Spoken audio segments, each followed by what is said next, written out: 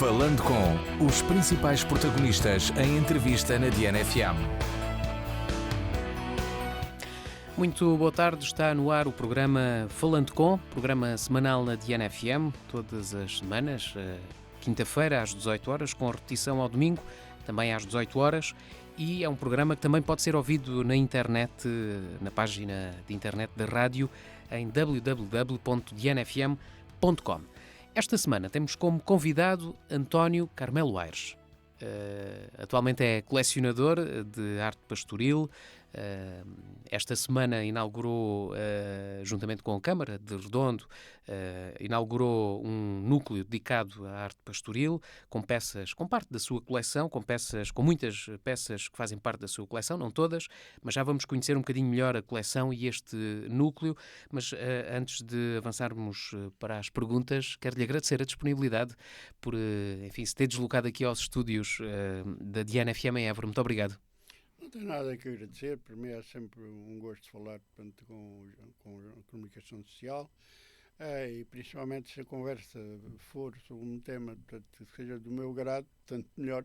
De maneira que muito obrigado eu, portanto, por se terem lembrado de mim.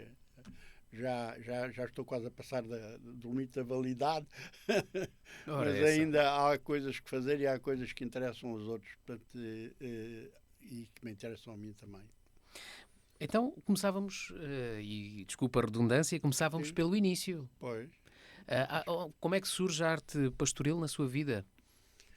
A minha vida, a arte pastoril, portanto, não é, digamos, a minha primeira, não foi a minha primeira, o meu primeiro amor, portanto, em termos de colecionismo. Eu gostava de começar por dizer que na minha família as pessoas, portanto, até à geração do meu avô, que eu não conheci, porque o meu avô faleceu na altura da pneumónica, sempre foram pessoas de guardar coisas, de guardar papéis, de guardar documentos, de guardar objetos, de guardar coisas. Penso que parte desta minha veia de colecionismo é quase dinástica, é quase genética, é qualquer coisa que já vem no meu ADN. E depois fui-me interessando, saltitei, portanto comecei nas moedas, passei para os selos, mas sempre em curtos períodos, porque quando eu tinha a noção de que não era capaz de fazer uma coleção com algum valor, e portanto não só valor material, mas com algum interesse, quando verificava que não havia os pressupostos para fazer isso, pronto, punha de lado. E de maneira que comecei, por acaso até nem comecei pela arte pastoril, e interesso muito também por tudo que são, portanto, das artes decorativas. Eu gostava muito de vidro, gostava muito de louças, faianças, porcelanas. Comecei até por aí. Portanto, eu tinha familiares da parte do meu pai ligados à fábrica da Vista Alegre, uns como pintores, outros como modeladores, portanto, operários, encarregados. E cada vez que lá ia, uma vez levaram-me ao antigo museu da Vista Alegre, eu fiquei muito deslumbrado com aquilo e comecei realmente com a ideia de que talvez, portanto, fizesse alguma coleção tanto a sério disso. Comecei pelos vidros, que é sempre mais difícil, porque são mais raros, portanto, e têm mais riscos e são mais difíceis de encontrar os autênticos. Também correspondem também uma peça mais frágil, não é? É mais frágil e correspondem a um período curto, muito curto da história da Vista Alegre, que foram os primeiros 10, 15 anos. Depois se especializou, portanto, com a descoberta da porcelana, na parte da porcelana. E comecei por aí. Tenho uma pequena coleção de vidros e tenho uma coleção de porcelanas, portanto, com algumas boas peças, cerca de 400 peças, portanto, que tenho. Então sempre teve essa aptidão, essa paixão por colecionar. Cada um tem os seus vícios. Este é o meu. Há outros piores. Este é o meu e, portanto, sempre às vezes quando fazia passeios pelo país, orientava o meu percurso sempre em duas vertentes. A vertente gastronómica e a vertente das velharias e das antiguidades. E pronto, ia visitando essas feiras por aí fora, até que quando me apaixonei, portanto, por as coisas mais do Alentejo, mais representativas do nosso património, as minhas voltas foram-se encurtando e praticamente começaram-se a reduzir, portanto, ao Alentejo. Eu dava muito com pessoas ligadas às velharias, às antiguidades, muito com uma pessoa que já faleceu, portanto, e que é pai do atual, portanto, antiquário aqui na cidade, que era o Bernardino Piteira, portanto, ali na Rua da Moeda.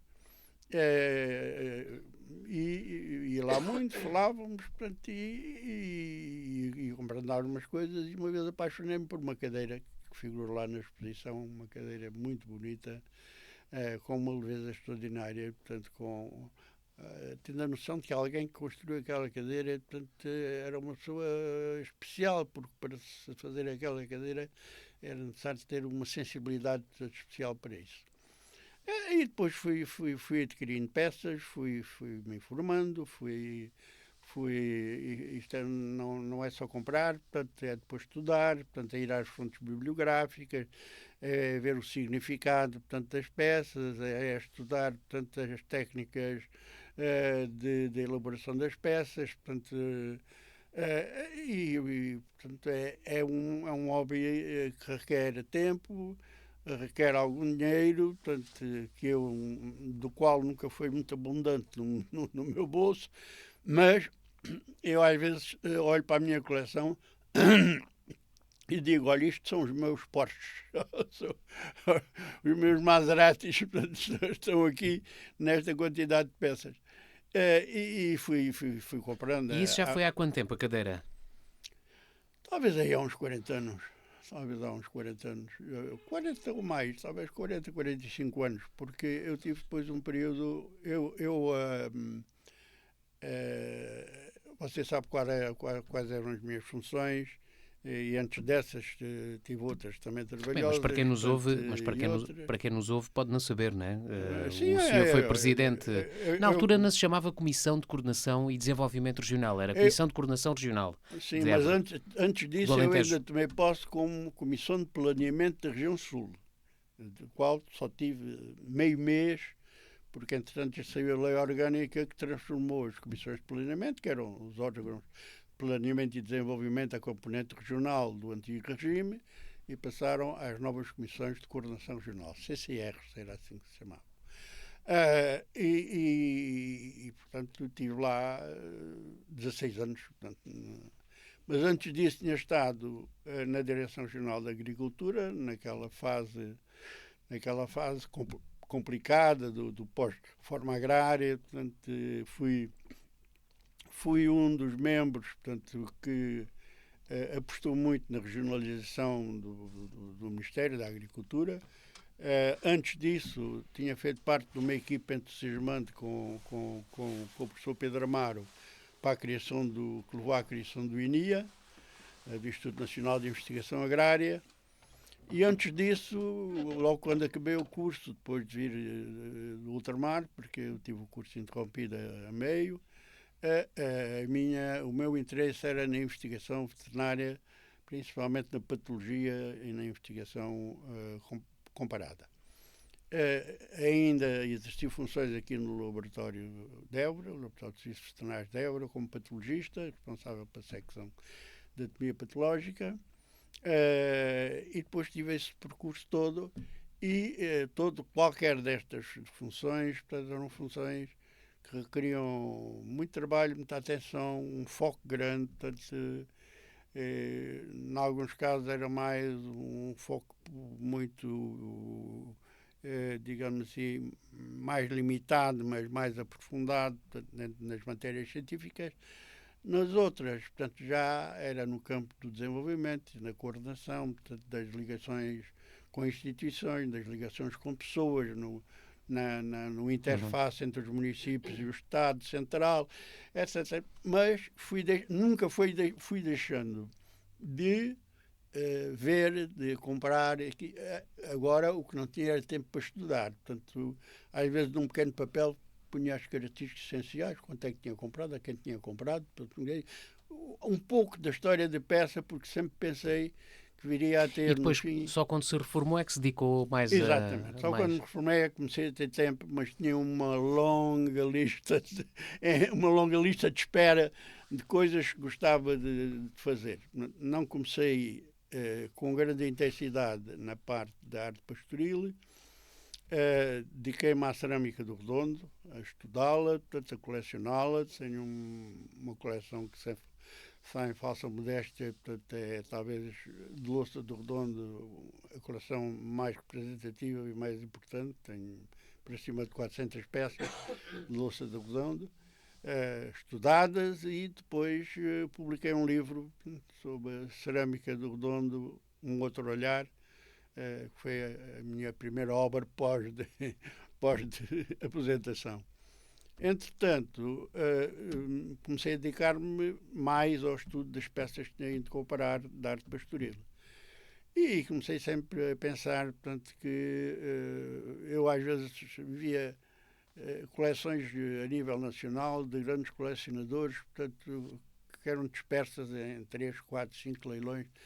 E, francamente, aquilo confrangia-me um bocado. Eu gostava que a minha coleção ficasse... Isto é do Alentejo, eu amo tanto o Alentejo, amo a minha terra, que não se dispersasse, ficasse aqui, que fosse digamos, uma fonte de conhecimento, de aprofundamento das nossas raízes, da nossa matriz identitária, portanto, pudessem vir aqui os alunos da escola, pudessem vir aqui nacionais e estrangeiros, ver e pronto. Porque muitas das peças já não se fazem, não é? São peças, se Não, calhar, até únicas. A arte pastoril autêntica está morta desde meados do século XX. E meados do século XX já havia pouca coisa.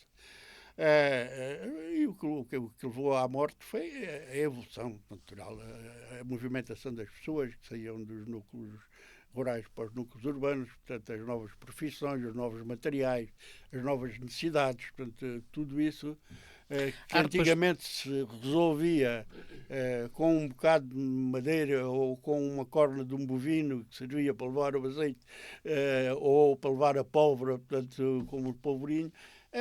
Tudo isso foi substituído, portanto, porque as pessoas já não faziam isso, porque os pastores já não tinham aquele vagar, sentados, encostados à azinheira em cima de uma pedra, a entreter-se, a dar asa à sua criação artística, e a coisa foi desaparecendo. E hoje em dia, e é preciso não confundir, eu fico sempre um bocadinho, não digo irritado, mas procuro sempre distinguir aquilo que é a arte pastoril daquilo que é o artesanato.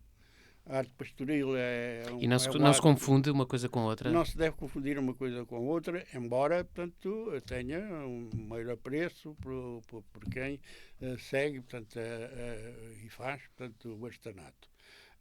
Sempre o artesanato hoje é quase uma profissão, portanto... A arte pastoril era uma arte de cariz individual, não tinha em vista obter benefícios económicos, não era para venda? Comprar, para vender, nem para tirar rendimentos. Eram peças ou eram necessárias ou para a sua vida profissional ou para a casa, portanto, ou então eram peças para oferta, peças, portanto... que eram um presente do pastor, e esta vou fazer aqui um parênteses para dizer que o conceito de arte pastoril hoje em dia é mais alargado. Não quer dizer, portanto, que fosse só estritamente o pastor, portanto, pastor era o exemplo típico e o mais frequente ator e autor, portanto, da arte pastoril. Mas depois as pessoas todas do mundo rural, pessoas que entretanto tinham sido este contacto com o gado, portanto, portanto, ou ficavam estropiadas, ou ficavam doentes, ou já não tinham, ou tinham uma idade já mais, ou se desinteressavam e lhes interessava fazer aquilo, eram essa, o conceito hoje, portanto, da arte pastoril estende-se a várias pessoas do mundo rural que não só, portanto, o pastor. A arte pastoril eram artefactos, peças feitas pelos pastores.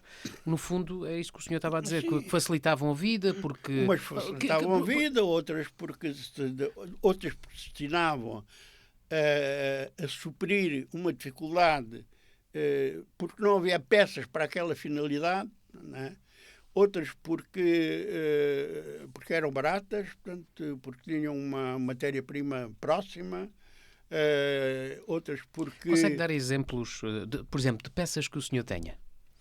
Olha, Eu sei que por a sua exemplo, coleção tem 200, mais de 200 a minha peças. coleção tem cerca de 200 e poucas peças, portanto, embora eu depois tenha um pequeno núcleo que entretanto já adquiri depois do protocolo assinado com a Câmara e que provavelmente irão também lá ter, mas são peças, algumas ligadas à própria casa, como os marcadores de pão e de bolos, os chavões ou pintadeiras, colheres,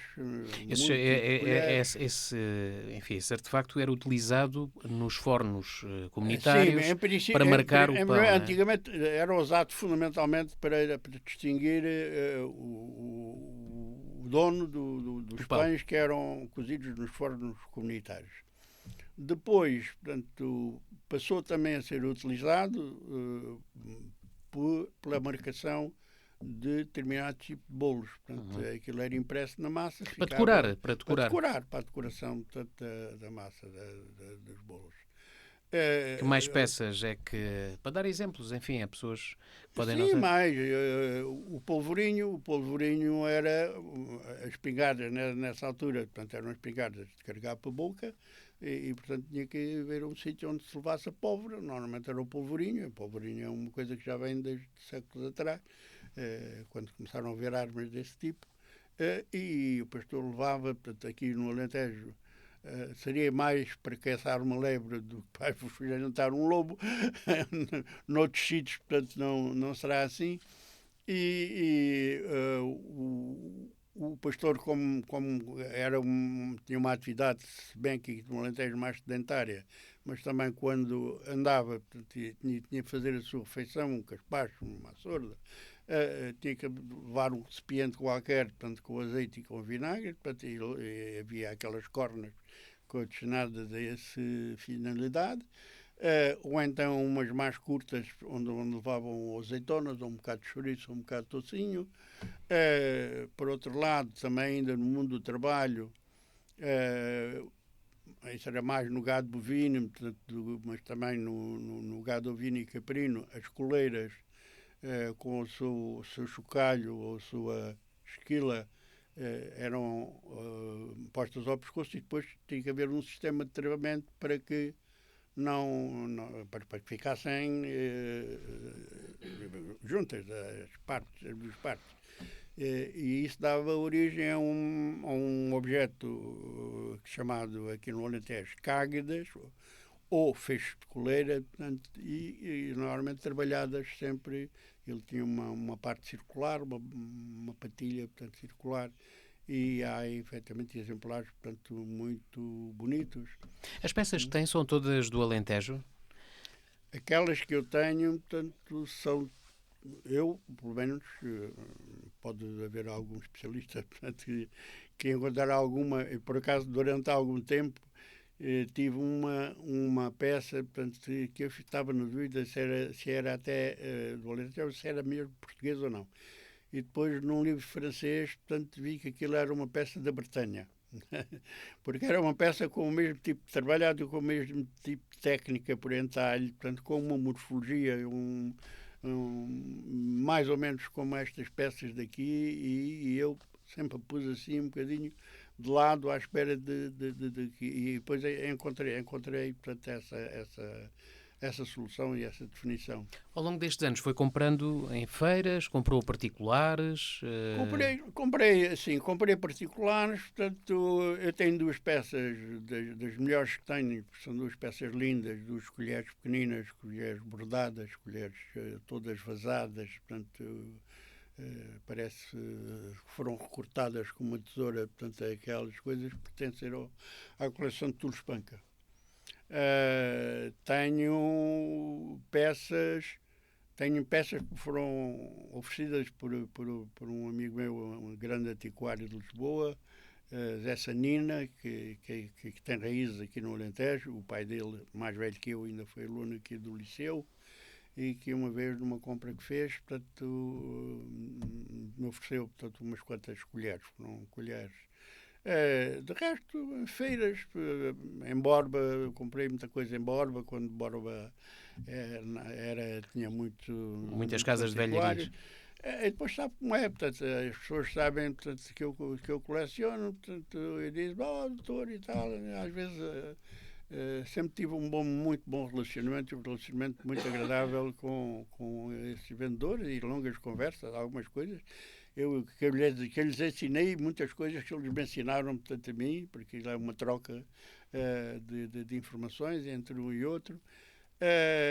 E diziam-me, e às vezes dizia, mas isso é tão caro, portanto, paga quanto quiser, paga agora um bocado, depois paga. Eu nunca tive esses problemas de comercialização, porque estabelece depois uma relação pessoal, para além do negócio. Há sempre que regatear um bocadinho, não é? Isso faz parte do negócio. Mas depois estabelecem-se relações de amizade que são muito consoladoras do ponto de vista humano e pronto, dão também os seus frutos ao colecionador, porque às vezes nós não descobrimos as peças todas. Houve uma altura em que era mais fácil encontrar. Hoje, encontrar uma peça de arte pastoril autêntica é já muito difícil, e as pessoas às vezes pedem valores que não correspondem efetivamente ao valor que a peça tem. Eu sei que uma peça de arte pastoril normalmente é uma obra única, né? E aí está outra diferença para o artesanato. O artesanato é uma atividade que manufatura peças inspiradas na arte pastoril, mas na arte pastoril era uma e eles fazem umas dezenas ou umas centenas. Claro.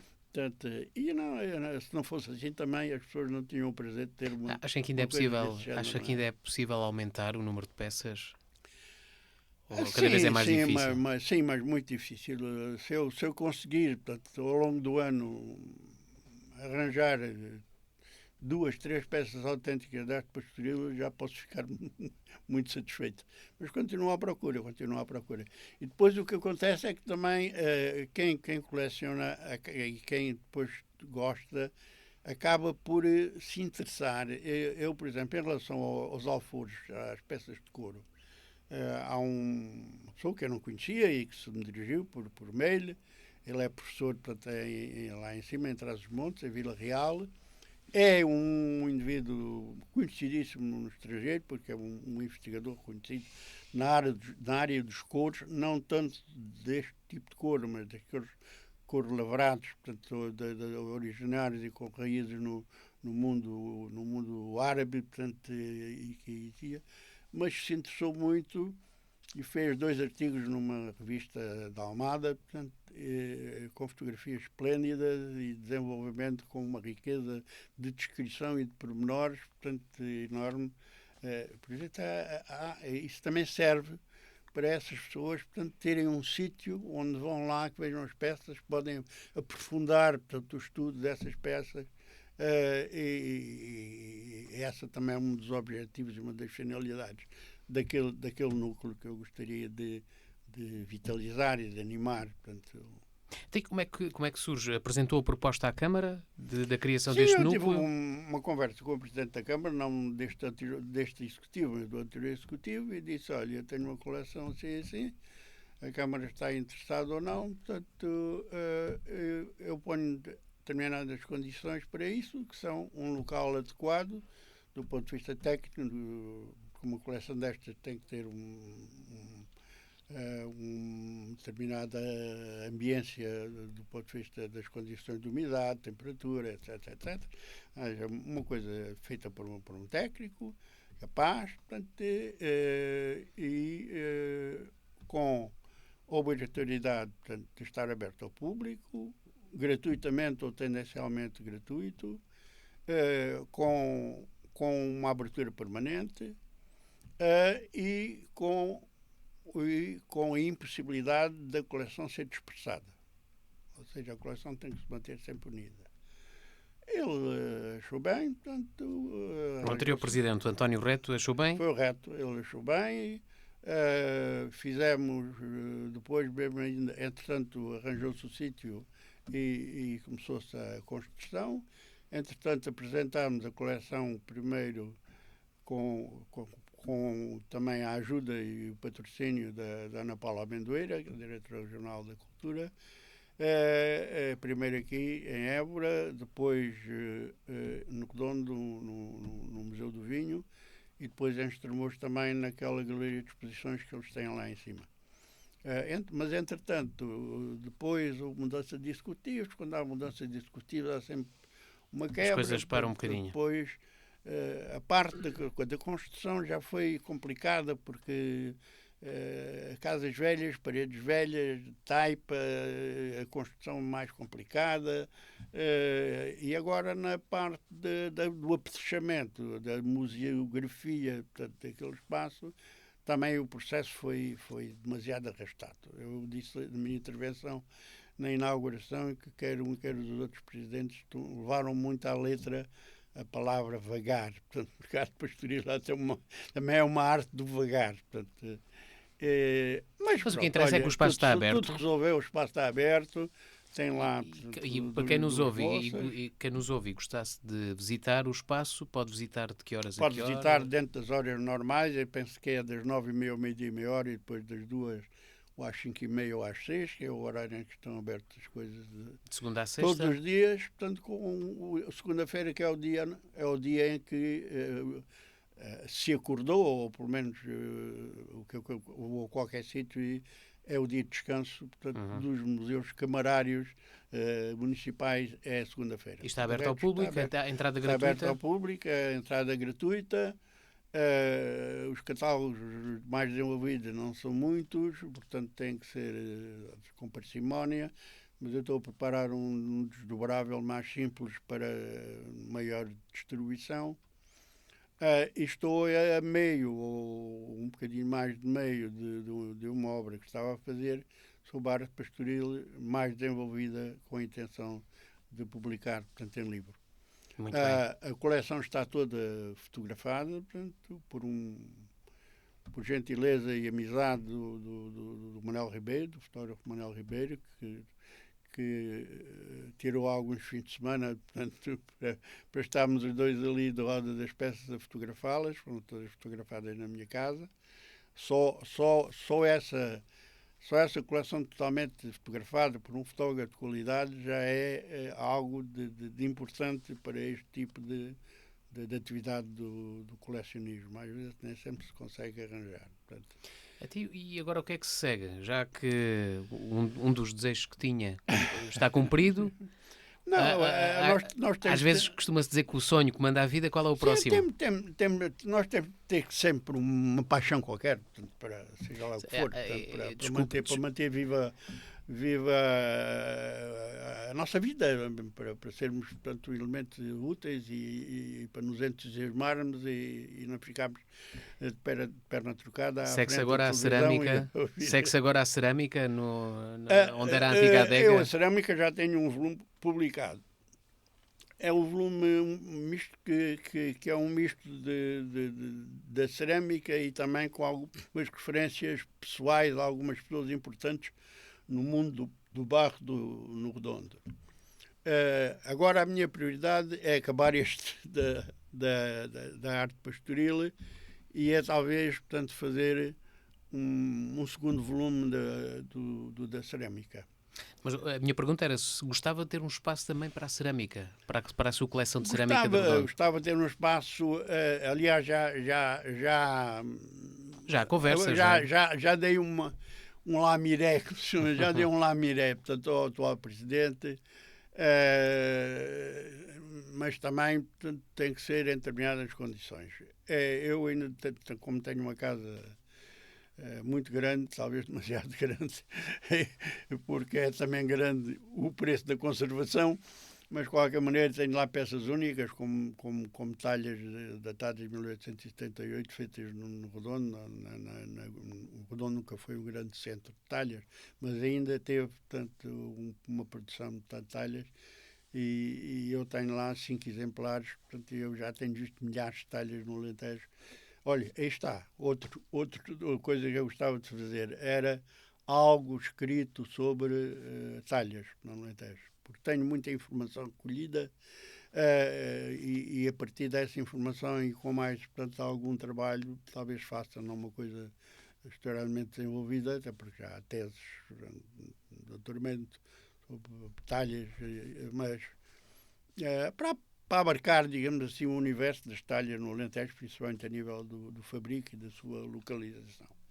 Portanto, há sempre coisas a fazer, porque hoje em dia, quando nós temos vontade de saber, eu talvez seja essa a minha... o meu deleite interior é ir aumentando sempre o meu conhecimento acerca das coisas. E hoje em dia a informação, se houve alturas em que a informação era escassa e o acesso à informação era difícil, hoje em dia é o contrário. Hoje em dia a informação chega-nos às enxurradas e o difícil é a gente encontrar dentro dessa enxurrada aquilo que realmente, portanto, lhe interessa. É difícil, mas por outro lado tem outras vantagens. Principalmente quem está fora dos grandes centros.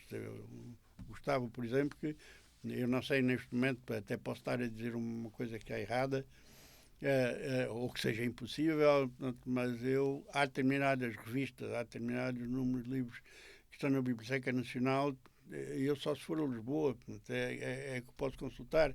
Um dia que isso esteja tudo realmente metido, digitalizado, e já há muitas que o têm, é mais fácil quem está na periferia fazer isso. Muito bem, estamos na reta final da nossa conversa. Ainda assim, gostava de lhe perguntar, teve importantes responsabilidades públicas e políticas em Évora e no Alentejo. Mais públicas que políticas. Continua atento à política? A política interessa-me sempre. Eu acho que a política deve interessar todos os cidadãos. E muitas das coisas não acontecem no nosso país ou acontecem de uma forma desastrada porque as pessoas acham que a política é só para os políticos. Cada um de nós deve ser um político, no sentido mais nobre de tanta palavra. E eu distingo muito aquilo que é ser partidário do que é ser político. Porque pode haver por coincidência as coisas, mas as intenções mais nobres para mim estão naquilo que é a política como uma abstração, digamos, como uma atitude perante as coisas, sem ter uma matriz partidária que orienta. Aliás, foi um bocado essa a minha as razões do meu afastamento. Toda a gente sabe que eu fui encabecei está lá a minha assinatura, uns dossiês foram entregues no Tribunal Constitucional para a Constituição do então PPD. Depois não tive uma atividade, nunca desempenhei um cargo importante na estrutura política partidária, porque entretanto tinha muitas coisas para fazer e quando tive uma ligação mais direta com instituições políticas, nomeadamente com as câmaras municipais, achei, portanto, que não me agradava muito, portanto, estar envolvido na política ativa, porque isso podia, de certo modo, influenciar o meu trabalho de entendimento. E graças a Deus, portanto, que eu contactei com dezenas de autarcas. Eu tive 16 anos na comissão, portanto, foram dezenas e dezenas de autarcas com que contactei. Não me recordo de ter tido nenhuma incompatibilidade ou corte de relações com nenhum. Dava-me, ainda sou hoje amigo de muitos que estão vivos, portanto, tenho pena de alguns que já cá não estão, e sempre tivemos uma perspectiva que eu procurei integrar. Primeiro, eu digo, olha, de brincadeira, quando nós tínhamos as nossas reuniões, dizia, bom, estamos no período antes da ordem do dia. Agora, portanto, eles malhavam na Comissão de Coordenação, que é o Poder Central e tal. Era, e porque depois, na altura o senhor era do PSD, o governo também era do PSD e a maioria das câmaras havia poucas do PSD, não é? havia para aí 3 ou 4. No Baixo Alentejo e no Alto Alentejo, aqui no Alentejo Central não. No Alentejo Central não, e no Baixo Alentejo havia Ourique, e depois aqui no Distrito de Porto Alegre haveria talvez 2, penso que 2, de resto. Mas eu dizia, agora acabou o período antes da ordem do dia, vamos trabalhar. E depois trabalhávamos, discussões duras e tal, fortes e tal. Acabavam, portanto, a discussão. Íamos todos a almoçar, portanto, na boa. E depois voltávamos atrás, outra vez a trabalhar. De maneira que não tive problemas, portanto, nenhum. Tive às vezes há sempre com ideias mais diferentes, né? difícil de ideia. Tantas ideias, às vezes são uma questão de feitios diferentes, mas a gente também tem que, quem está nestes lugares tem que saber lidar com as pessoas, é fundamentalmente lidar com as pessoas. Mas depois de ter ocupado o cargo na Comissão de Coordenação, foi eleito vereador do PSD na Câmara de Évora e depois aí é que se zangou com o partido. Sim, sim. Já fez as pazes? Eu não queria de maneira nenhuma, portanto, continuar, queria descansar, porque eu tinha tido já um período na Direção-Geral de Agricultura de 3 anos, envolvido na regionalização do Ministério, fui coautor da Lei Orgânica, portanto, da Direção-Geral de Agricultura, agora extintas há pouco tempo, toda aquela estruturação do Ministério do tempo do Ministro António Barreto. Aliás, há uma curiosidade, portanto, que eu sempre cito, porque há isto, como sabe, nos partidos há sempre, às vezes, algumas guerrinhas e algumas coisas.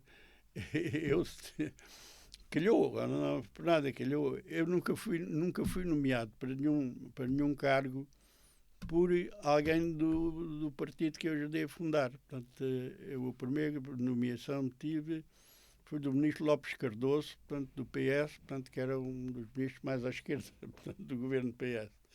Depois fui nomeado por António Barreto.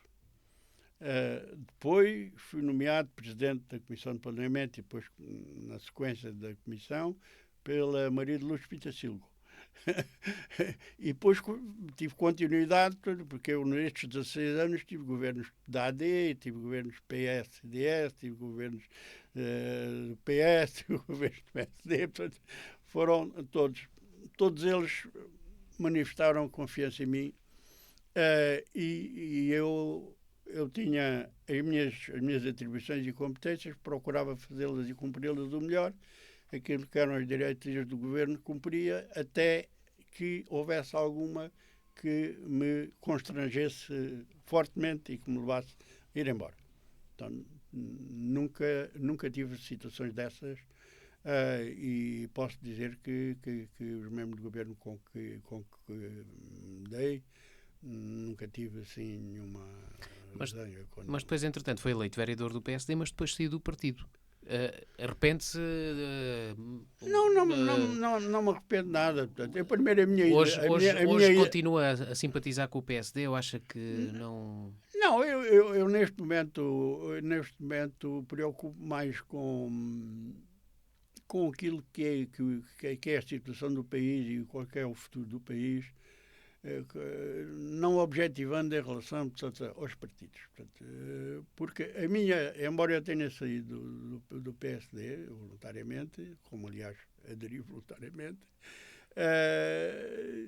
a minha matriz de princípios e de modelo de construção da sociedade é uma matriz social-democrata. Sempre foi. E mesmo depois de sair do PSD a meio do mandato, a minha condução e as minhas decisões, as minhas votações nunca se desviaram, portanto, desta matriz. Portanto, tudo aquilo que estava no meu programa, que foi uma das exigências que fiz, aliás, eu fui muito pressionado para ser candidato. Não queria, de verdade não queria. E pus determinadas condições que eu pensei que não eram aceitas, mas foram. Foram pela Leonor Beleza, foram por Marcelo, portanto, e depois, portanto, tinha dado a minha palavra, portanto, tive que aceitar. Portanto, e aceitei, mas uma das condições era eu próprio fazer o meu programa de coisa e eu próprio escolher a minha lista. E eu manter uma posição que era contrária à posição oficial do partido sobre a regionalização. E, portanto, disseram que sim e tudo. Pronto, lá tive 4 anos. Foi uma experiência... Foi de 97 a 2001. Foi de 97 a 2001, exatamente. Foi uma experiência interessante. Aliás, todas as coisas... tenho a felicidade de dizer que todos os sítios onde trabalhei sempre tive satisfação naquilo que estava a fazer. Sempre tive satisfação naquilo que estava a fazer.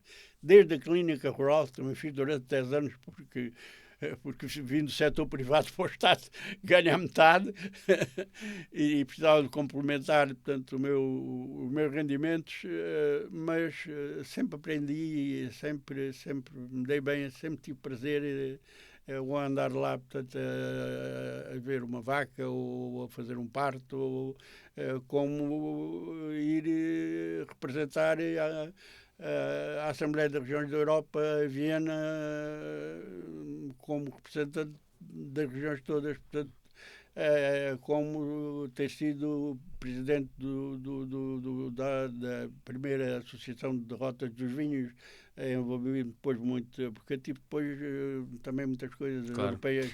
Mas não me respondeu. Há quase 30 anos saiu do PSD. Continuas a simpatizar com o PSD ou simpatizar, sim. Ou está mais próximo de outro partido? Não, eu desliguei-me completamente da coisa. Não deixo de dizer que tive abordagens diversas, mas não, a minha política partidária diz-me pouco, porque quando a gente é como se fosse um pássaro, portanto, que estivesse durante um tempo numa gaiola. Embora eu nunca me tivesse sentido muito dentro de uma gaiola, porque sempre disse aquilo que até devia dizer, mesmo quando estava no partido. Mas não, eu continuo a simpatizar, portanto, com o PSD nas coisas em que eu acho que o PSD está bem, continuo a criticar nas coisas em que eu acho que o PSD está mal. Mas tenho muita gente conhecida e amiga, embora as coisas vão passando, portanto, e há gente do meu tempo, do PSD, há gente que era muito amiga. Olha, que tenho pena que não esteja hoje na política, como, por exemplo, o ministro Fernando Nogueira, portanto, era muito meu amigo e, portanto, penso que era uma pessoa que fazia falta, portanto, assim como acho que o António Barreto ter-se afastado da política, era uma pessoa que fazia falta. Há um conjunto de pessoas, portanto, porque infelizmente a nossa vida política ou partidária tem começado a deixar de ser, ou tem começado, já é neste momento pouco atrativa, portanto, para as pessoas. Portanto, e por isso os melhores não estão lá. E pronto, e isso não é, vê-se no dia a dia, não é? Claro. Muito bem. Estivemos à conversa com António Carmelo Aires, colecionador de arte pastoril, também da cerâmica de Redondo, e enfim, tem outras peças. Tivemos aqui uma agradável conversa. Tivemos aqui uma agradável conversa sobre a sua coleção, o núcleo de arte pastoril que abriu esta semana na sua terra natal. O senhor é de Redondo. Um espaço que está aberto ao público, pode ser visitado por quem pretender, com a entrada gratuita. E falamos agora aqui nesta parte um bocadinho política. Muito obrigado. Quero-lhe agradecer a disponibilidade mais uma vez para esta entrevista. Não tem nada a agradecer, foi uma conversa realmente agradável. Portanto, eu tenho-me isolado ultimamente um pouco e este tipo de conversas de fim de tarde para mim são muito agradáveis. Olha, já agora conto com o apoio da Rádio Diana para divulgar a existência do núcleo de arte pastoril e para as pessoas, portanto, incentivar a visitar. Portanto. Muito bem. Então, Obrigado. fica então a sugestão de quem quiser e tiver curiosidade de conhecer as peças da coleção, de parte da coleção. Sim, agora que já não são minhas, agora já são do município. Já são do município. Quem tiver interesse em conhecer e curiosidade em conhecer as peças pode visitar então o Núcleo de Arte Pastoril na Vila de Redondo. Agradeço mais uma vez a disponibilidade. Muito obrigado. Quanto ao programa, fica por aqui. Regressa de hoje 8 dias com um novo convidado. Boa tarde. Falando com os principais protagonistas em entrevista na DNFM.